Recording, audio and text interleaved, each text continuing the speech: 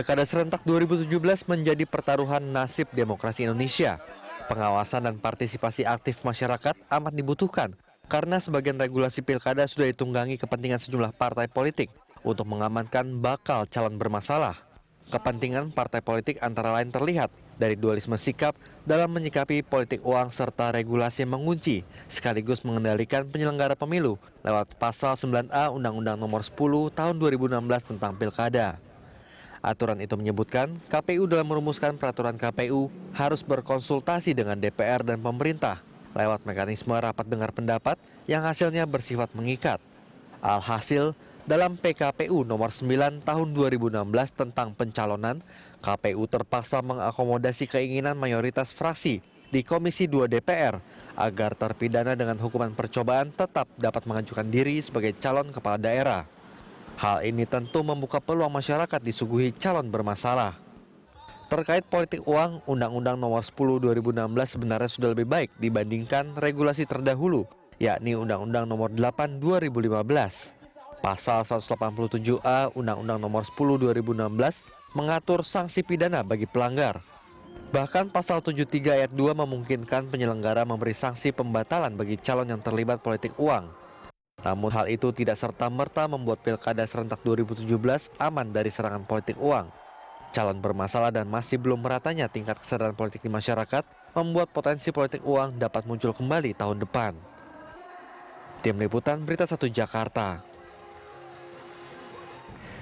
Pemirsa, pertaruhan demokrasi di Pilkada 2017 itulah topik dialog kita pagi ini, dan untuk membahasnya di studio kami sudah hadir Direktur Eksekutif Perkumpulan untuk Pemilu dan Demokrasi atau Perludem, Mbak Titi Anggrani. Selamat pagi Mbak Titi. Selamat pagi. Mbak Titi, kalau kita bicara mengenai Pilkada 2017 ini kan serentak ya, apakah kemudian kita sudah bisa melihat nanti kehidupan demokrasi di Pilkada 2017 yang dilakukan serentak itu bagi masyarakat Indonesia ini akan lebih baik dibandingkan sebelumnya?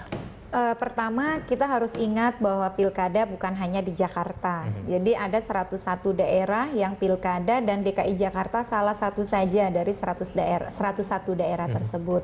Ada 6 provinsi lain, ada Aceh, Bangka Belitung, Banten, Gorontalo, Sulawesi Barat, Papua Barat yang juga menyelenggarakan pilkada. Dan misalnya dinamika di Aceh, dinamika di Banten juga tidak kalah menariknya, dinamika di Gorontalo misalnya.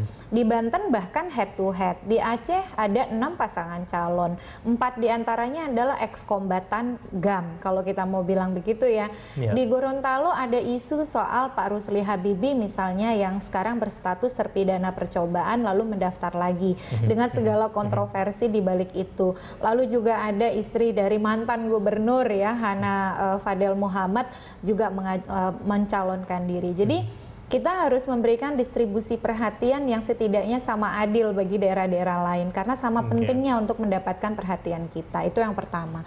Yang kedua, memang banyak isu berkaitan dengan pencalonan, misalnya bagaimana kontroversi sehingga keluarnya aturan terpidana percobaan boleh menjadi calon. Jadi yang tarik-menarik luar biasa di DPR, orang yang statusnya terpidana tapi dia tidak berada di dalam sel, di dalam lembaga pemasyarakatan itu dibolehkan. Padahal undang-undang mengatakan yang boleh itu mantan terpidana. Jadi sudah mantan statusnya itu.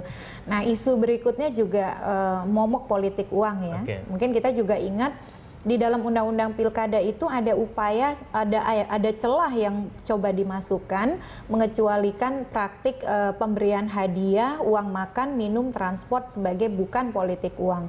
Nah, ini kalau tidak disikapi secara baik oleh warga, ini bisa-bisa lagi kita akan diwarnai politik transaksional. Oleh karena itu banyak sekali perkembangan dan kualitas demokrasi kita yang bergantung pada pilkada 2017. Tidak hanya menguji regulasi, tapi juga menguji integritas penyelenggara, peserta, dan pemilih. Apakah kemudian permasalahan yang selama ini muncul dalam pilkada kita, begitu ya, meskipun itu serentak ataupun tidak, itu akan berulang lagi? Politik uang, lalu kemudian apakah kemudian calon-calon yang bermasalah itu dicalonkan dan terbukti dia akan melakukan masalah lagi atau tidak? Apakah itu akan berulang pada tahun depan? Harapan kita tentu kita akan berusaha semaksimal mungkin tidak. Cuman masalahnya ini bergantung sepenuhnya pada kita, kepada pemilih dan juga kepada media sebagai salah satu pembentuk opini publik, mengarahkan publik pada informasi-informasi yang bermanfaat dan cerdas begitu ya. Nah, soal misalnya praktik politik uang. Nah, kalau kita tidak memberi bobot perhatian yang sama, kita kan tidak bisa menjangkau misalnya daerah-daerah pedalaman seperti Aceh Singkil dan Aceh Selatan dan lain sebagainya, yang di Aceh saja itu ada 20 kabupaten kota yang ikut pilkada, jadi terbesar se-Indonesia, serentak dengan provinsi. Lalu bagaimana dengan Papua? Papua itu ada 11 kabupaten kota yang pilkada. Nah, kita khawatir, jadi kalau ini tidak betul-betul kita berikan prioritas yang baik, ini bisa lepas dari jangkauan. Kalau DKI Jakarta ini kan beruntung ya, jadi ini menjadi kawah candra di muka para elit untuk mengusung orang-orang terbaik. Tapi Banten misalnya tidak sama pentingnya, tidak kalah pentingnya. Banten itu dari sisi pemilih jauh lebih besar dan dia menghadapi tantangan yang sangat besar. Bagaimana misalnya sekarang kan kepemimpinan petahana yang ada sekarang adalah kepemimpinan sementara. Dalam artian bukan sementara ya, tapi menggantikan rezim sebelumnya yang terkena masalah hukum. Pencalonannya head to head gitu. Jadi kalau ada potensi misalnya politik sara, lalu politik uang, sebenarnya setiap daerah punya potensi itu. Hanya saja memang Jakarta ini menjadi unik karena semua media Jakarta adalah media nasional. Jadi kadang-kadang kalau kita lihat perbincangan soal pilkada Jakarta juga dilakukan oleh orang-orang yang berada di luar Jakarta. Termasuk saya, Pak. Saya juga warga Banten gitu. Tapi memang disitulah. Tapi kita harus menggugah kesadaran warga, terutama yang di 100 daerah selain Jakarta, untuk betul-betul memperhatikan kualitas penyelenggaraan pilkada di daerahnya. Kadang lebih hafal calon di Jakarta dibandingkan daerah sendiri begitu ya.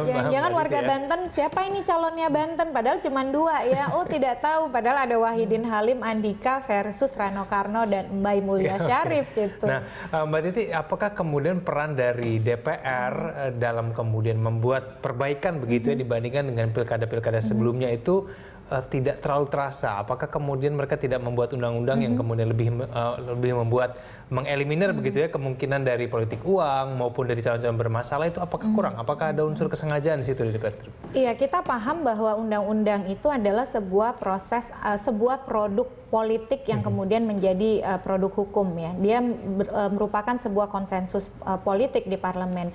Tapi kemudian konsensus politik itu kan ada ikatan yang memayunginya. Itu apa? Kepentingan bersama dan juga kepastian hukum. Dan yang jadi problem kalau kemudian undang-undang ini syarat ditumpangi oleh kepentingan, akhirnya politik menjadi panglima, begitu kepentingan menjadi panglima, tidak lagi hukum, kepentingan masyarakat, kepentingan publik. Sebagai contoh misalnya kita marah betul sama praktik politik uang. Politik uang ada sanksi, bahkan Bawaslu diberikan kewenangan tambahan bisa menjatuhkan, mengeliminir calon yang terbukti melakukan praktik politik uang. Tapi yang jadi problem selalu ada celah disisakan, selalu ada ruang abu-abu disisakan, sehingga penegakan hukum itu tidak pernah bisa tuntas. Politik uang dilarang, tapi ada pasal 73 ayat 1 penjelasan yang mengatakan uang makan, uang minum, uang transport, hadiah itu bukan politik uang. Padahal biasanya malah justru itu ya untuk ya itu juga kita berselimut di balik misalnya uang makan, transport, minum. Padahal kalau di Taiwan itu sangat tegas sekali. Tidak boleh ada pemberian kepada pemilih, baik in kind maupun uang, kecuali memang produk yang sifatnya alat kampanye, bahan kampanye. Bahkan nilai yang bisa diberikan pun sangat kecil. Baik Mbak Titi, kita akan bahas hal tersebut di segmen selanjutnya. Kita jeda dulu, pemirsa, telah sama kami di Jurnal Pagi.